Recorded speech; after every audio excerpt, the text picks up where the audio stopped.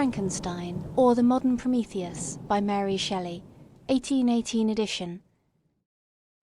Section 29 of Frankenstein by Mary Shelley, Volume 3, Walton in continuation. August 26th, 17. You have read this strange and terrific story, Margaret, and do you not feel your blood congeal with horror like that which even now curdles mine? Sometimes, seized with sudden agony, he could not continue his tale. At others, his voice broken, yet piercing, uttered with difficulty the words so replete with anguish. His fine and lovely eyes were now lighted up with indignation, now subdued to downcast sorrow, and quenched in infinite wretchedness. Sometimes he commanded his countenance and tones, and related the most horrible incidents with a tranquil voice, suppressing every mark of agitation. Then, like a volcano bursting forth, his face would suddenly change to an expression of the wildest rage, as he shrieked out imprecations on his persecutor. His tale is connected, and told with an appearance of the simplest truth, yet I own to you that the letters of Felix and Safie, which he showed me, and the apparition of the monster seen from our ship, brought to me a greater conviction of the truth of his narrative than his asseverations, however earnest and connected. Such a monster has then really existence. I cannot doubt it, yet I am lost in surprise and admiration. Sometimes I endeavoured to gain from Frankenstein the particulars of his creature's formation, but on this point he was impenetrable. "Are you mad, my friend?" said he, "or whither does your senseless curiosity lead you? Would you also create for yourself and the world a demoniacal enemy, or to what do your questions tend? Peace, peace! Learn my miseries, and do not seek to increase your own."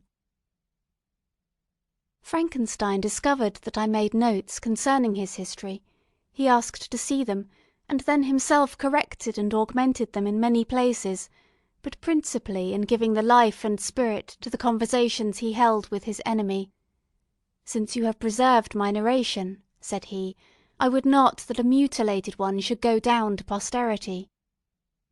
Thus has a week passed away, while I have listened to the strangest tale that ever imagination formed. My thoughts, and every feeling of my soul, have been drunk up by the interest for my guest which this tale, and his own elevated and gentle manners, have created.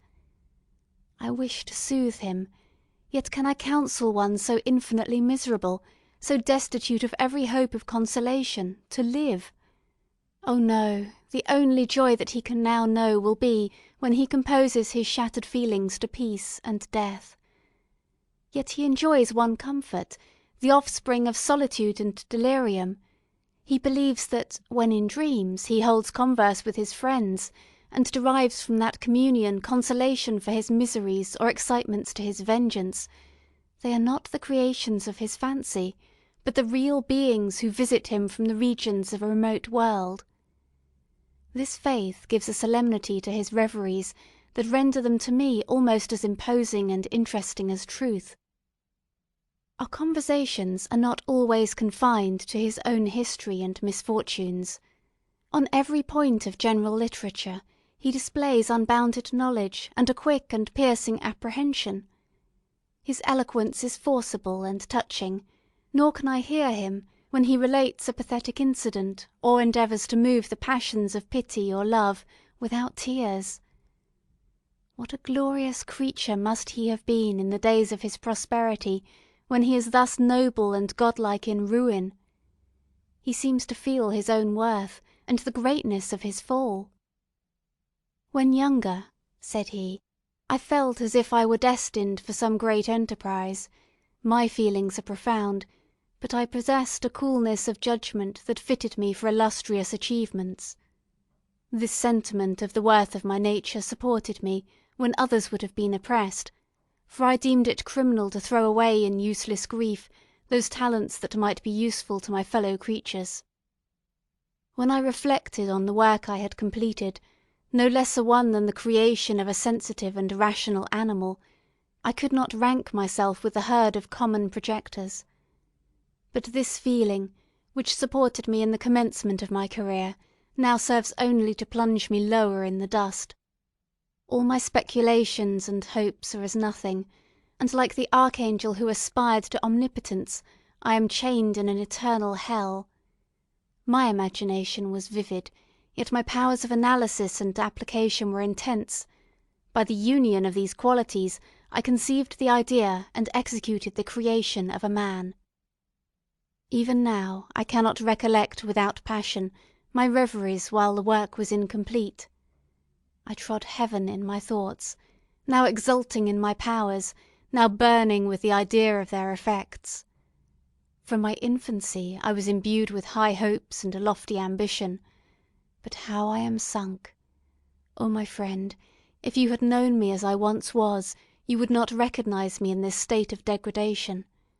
Despondency rarely visited my heart, a high destiny seemed to bear on me until I fell, never, never again to rise.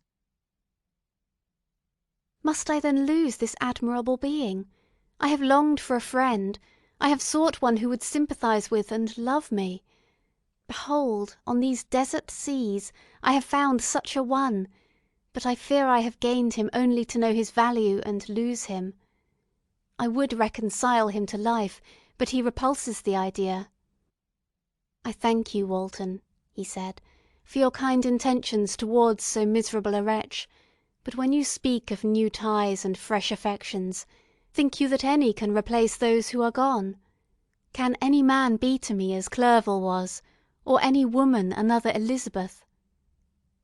Even where the affections are not strongly moved by any superior excellence, the companions of our childhood always possess a certain power over our minds which hardly any later friend can obtain.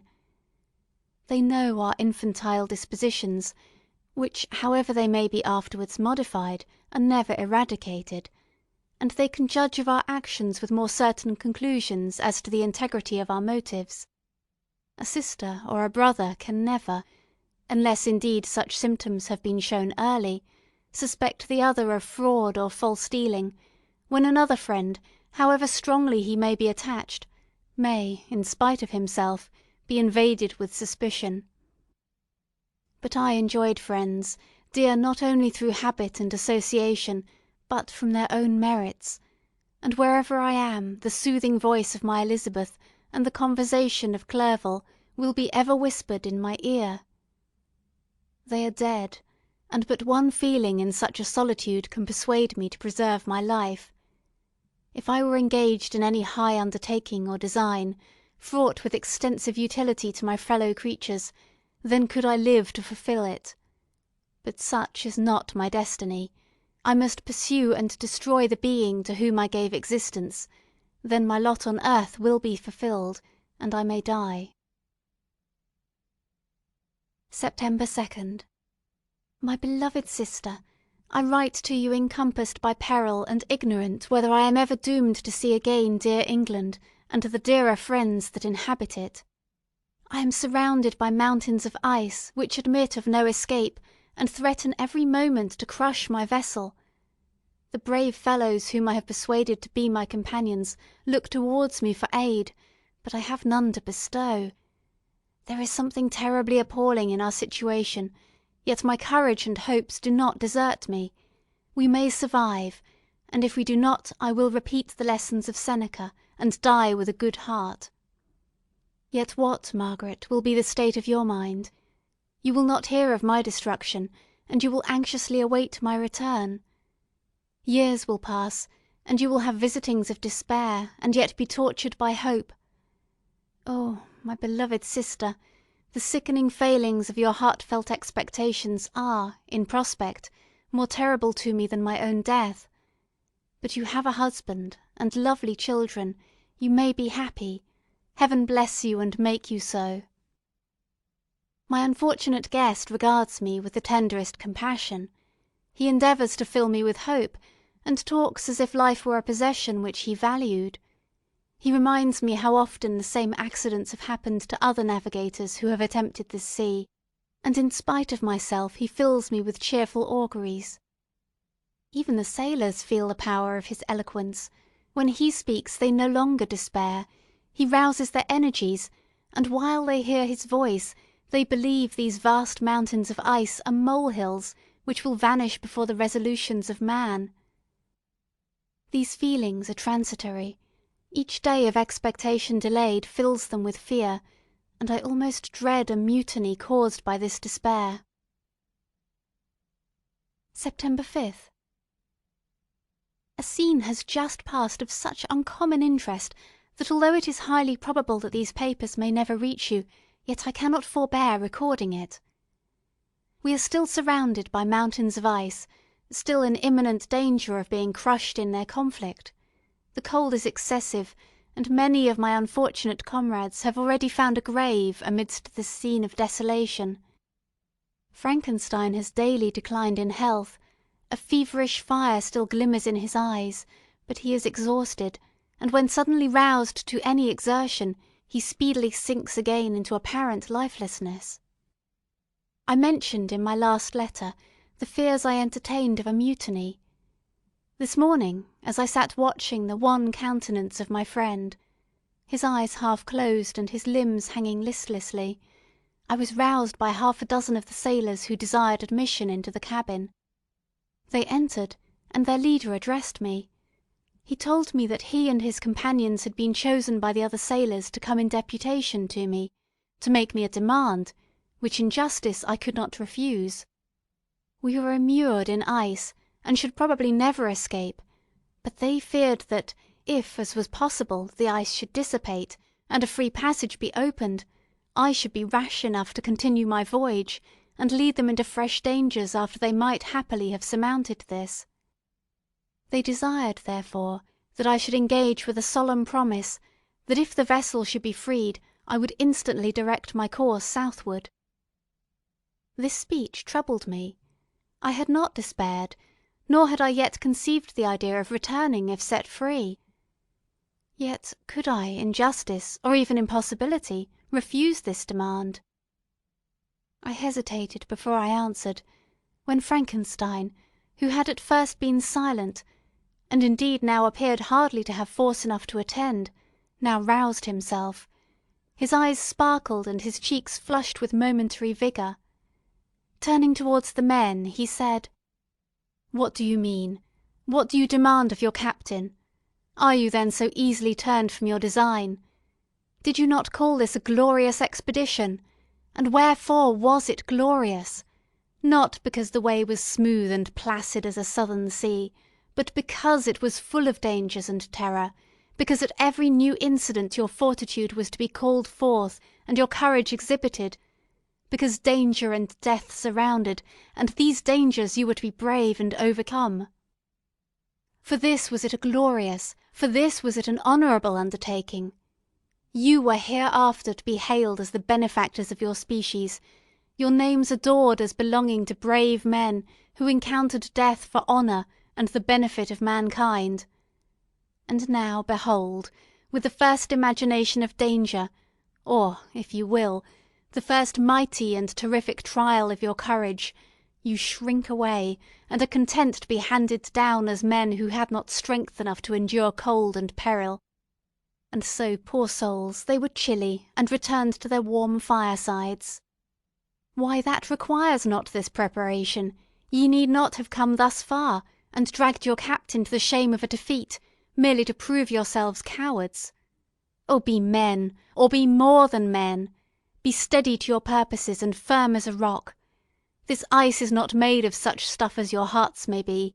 It is mutable, cannot withstand you, if you say that it shall not. Do not return to your families with the stigma of disgrace marked on your brows.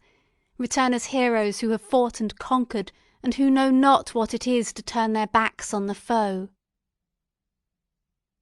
He spoke this with a voice so modulated to the different feelings expressed in his speech, with an eye so full of lofty design and heroism, that can you wonder that these men were moved? They looked at one another, and were unable to reply.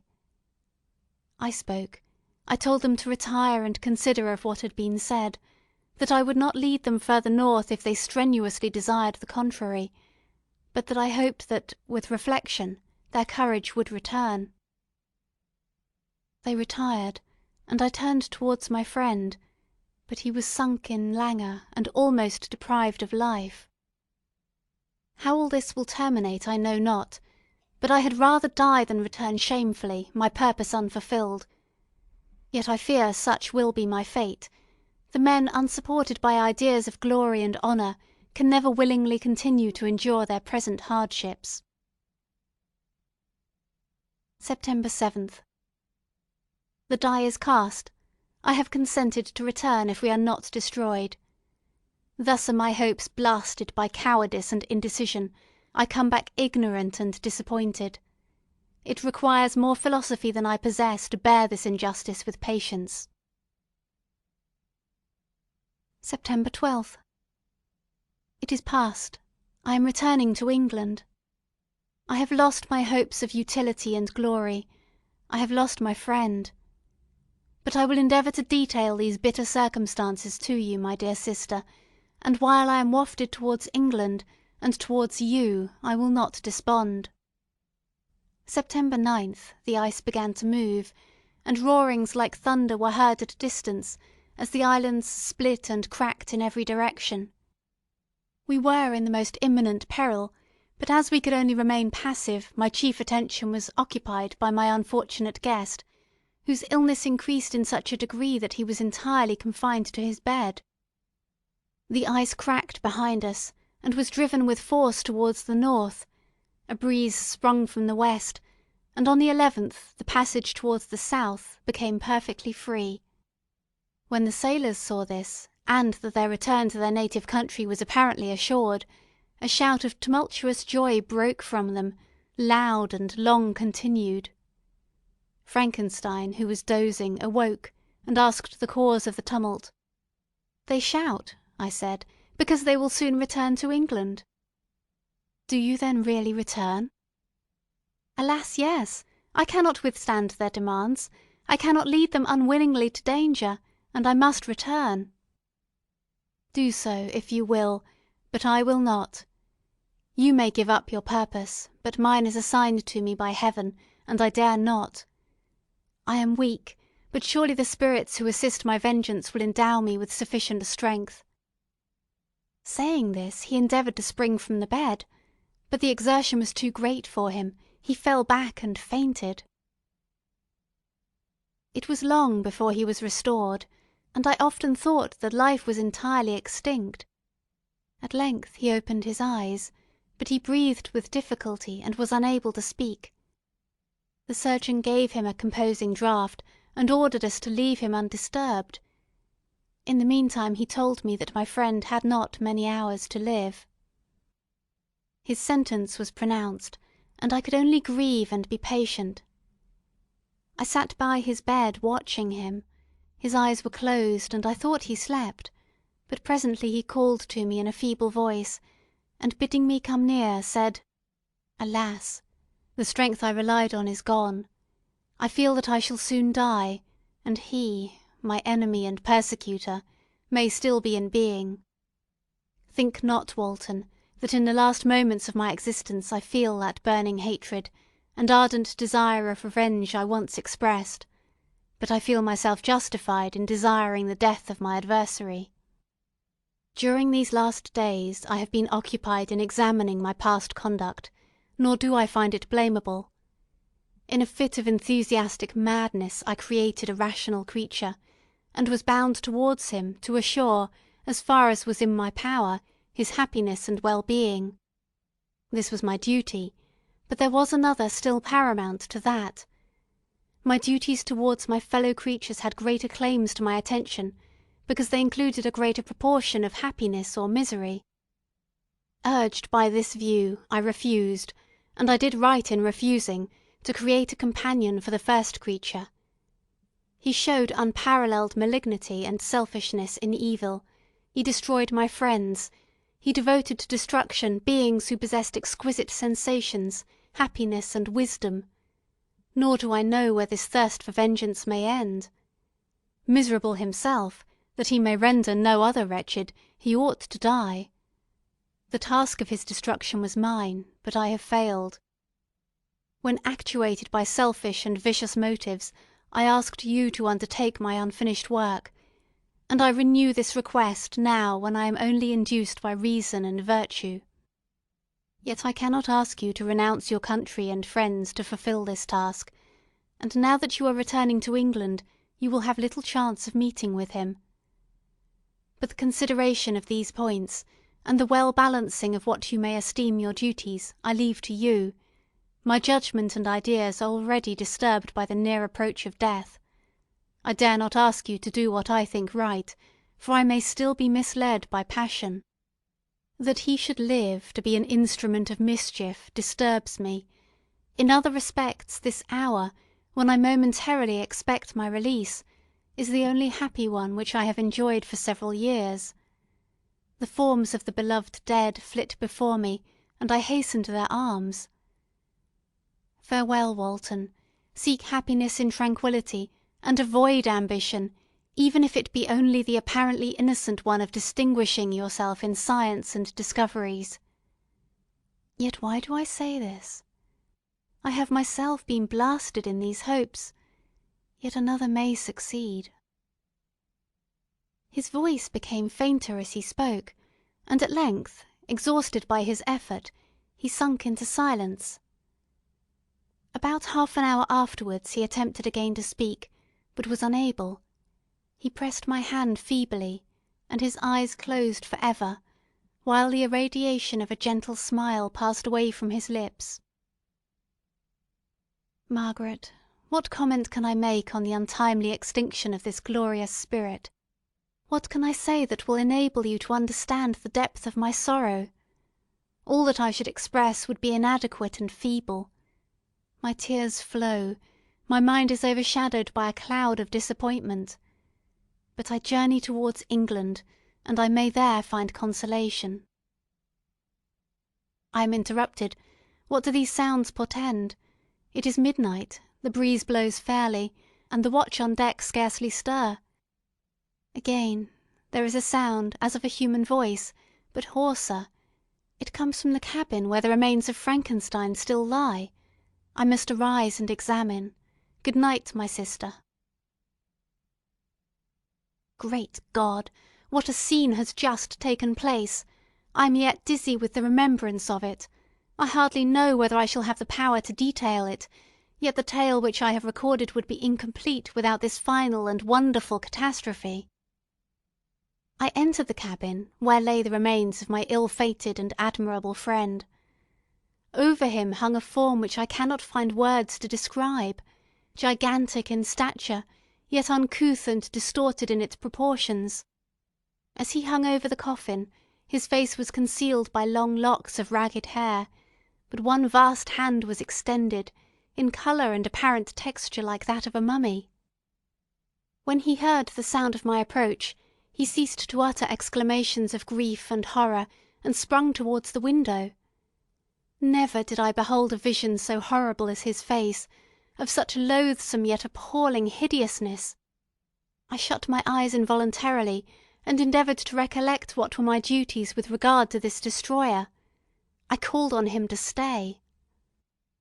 He paused, looking on me with wonder, and again turning towards the lifeless form of his creator, he seemed to forget my presence, and every feature and gesture seemed instigated by the wildest rage of some uncontrollable passion.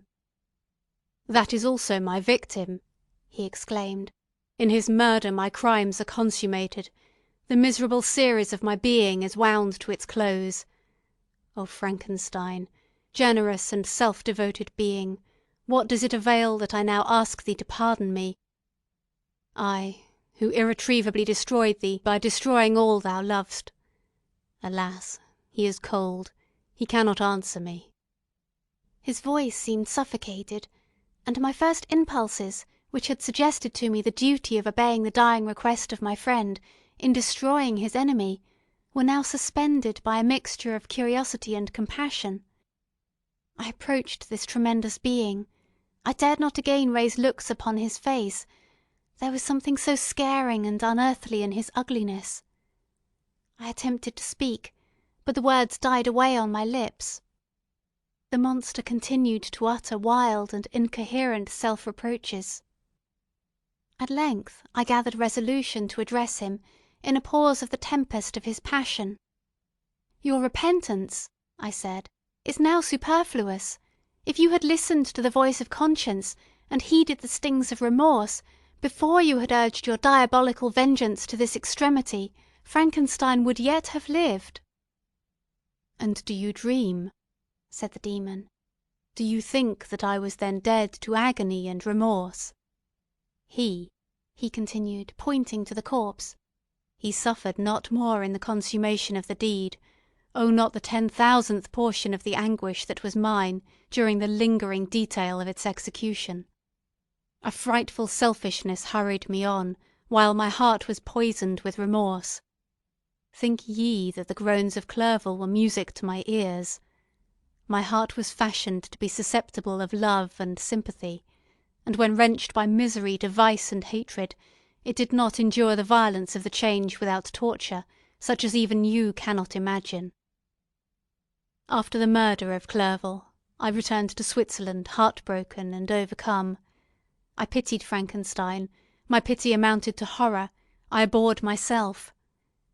But when I discovered that he, the author at once of my existence and of its unspeakable torments, dared to hope for happiness, that while he accumulated wretchedness and despair upon me, he sought his own enjoyment in feelings and passions, from the indulgence of which I was forever barred, then impotent envy and bitter indignation filled me with an insatiable thirst for vengeance. I recollected my threat, and resolved that it should be accomplished. I knew that I was preparing for myself a deadly torture, but I was the slave, not the master, of an impulse which I detested, yet could not disobey. Yet when she died, nay, then I was not miserable. I had cast off all feeling, subdued all anguish, to riot in the excess of my despair. Evil thenceforth became my good. Urged thus far, I had no choice but to adapt my nature to an element which I had willingly chosen. The completion of my demoniacal design became an insatiable passion, and now it is ended. There is my last victim." I was at first touched by the expressions of his misery, yet when I called to mind what Frankenstein had said of his powers of eloquence and persuasion, and when I again cast my eyes on the lifeless form of my friend, indignation was rekindled within me. "Wretch," I said, "it is well that you come here to whine over the desolation that you have made. You throw a torch into a pile of buildings, and when they are consumed you sit among the ruins and lament the fall. Hypocritical fiend! If he whom you mourn still lived, still would he be the object, again would he become the prey, of your accursed vengeance. It is not pity that you feel, you lament only because the victim of your malignity is withdrawn from your power." "Oh, it is not thus, not thus," interrupted the being. "Yet such must be the impression conveyed to you, by what appears to be the purport of my actions.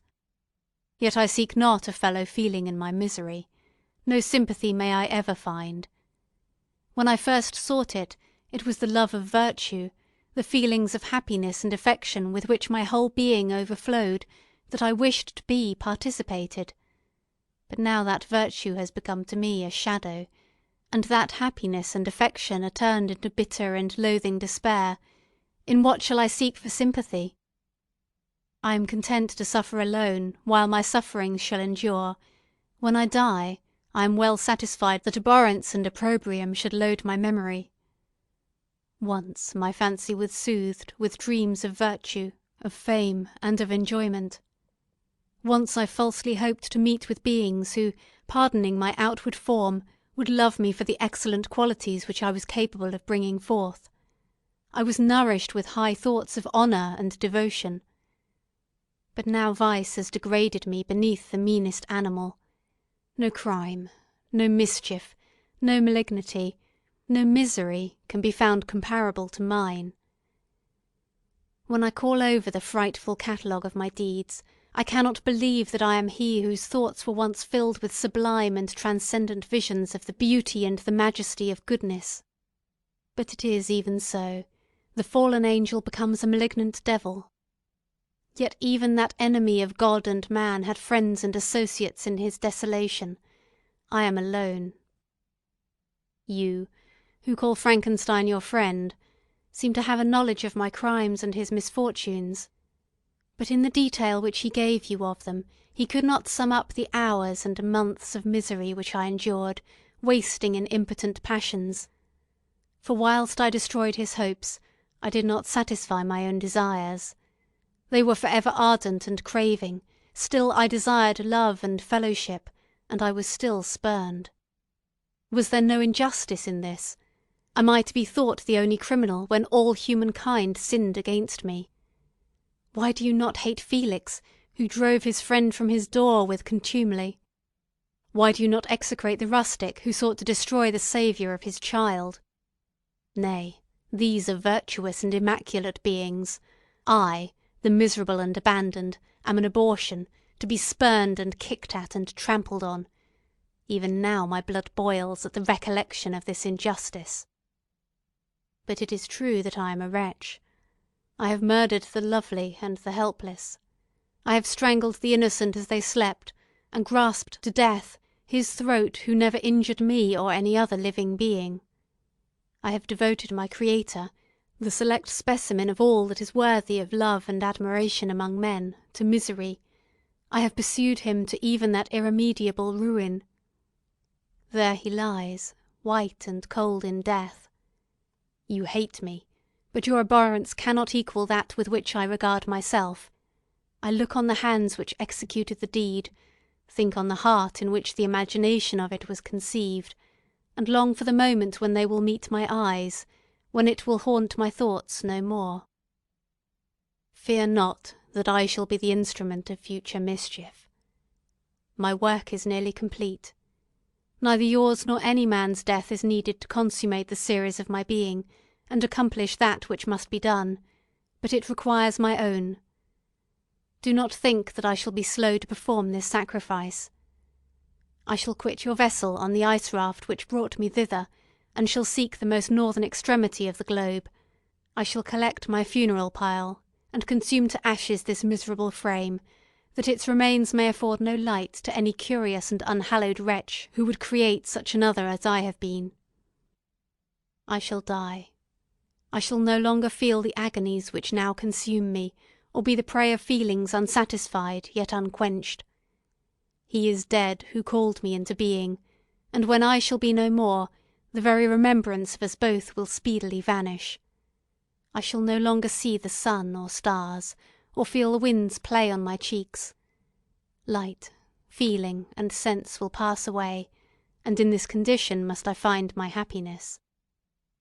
Some years ago, when the images which this world affords first opened upon me, when I felt the cheering warmth of summer, and heard the rustling of the leaves and the chirping of the birds, and these were all to me, I should have wept to die. Now it is my only consolation. Polluted by crimes and torn by the bitterest remorse, where can I find rest but in death? Farewell, I leave you, and in you the last of humankind whom these eyes will ever behold. Farewell, Frankenstein, if thou wert yet alive, and yet cherished a desire of revenge against me, it would be better satiated in my life than in my destruction. But it was not so. Thou didst seek my extinction, that I might not cause greater wretchedness. And if yet, in some mode unknown to me, thou hast not yet ceased to think and feel, thou desirest not my life, my own misery. Blasted as thou wert, my agony was still superior to thine, for the bitter sting of remorse may not cease to rankle in my wounds until death shall close them for ever. But soon, he cried, with sad and solemn enthusiasm, I shall die, and what I now feel be no longer felt. Soon these burning miseries will be extinct. I shall ascend my funeral pyre triumphantly, and exult in the agony of the torturing flames. The light of that conflagration will fade away, my ashes will be swept into the sea by the winds. My spirit will sleep in peace, or, if it thinks, it will not surely think thus. Farewell." He sprung from the cabin window as he said this, upon the ice raft which lay close to the vessel. He was soon borne away by the waves, and lost in darkness and distance. End of Frankenstein, or the Modern Prometheus, by Mary Shelley. Recording by Cori Samuel.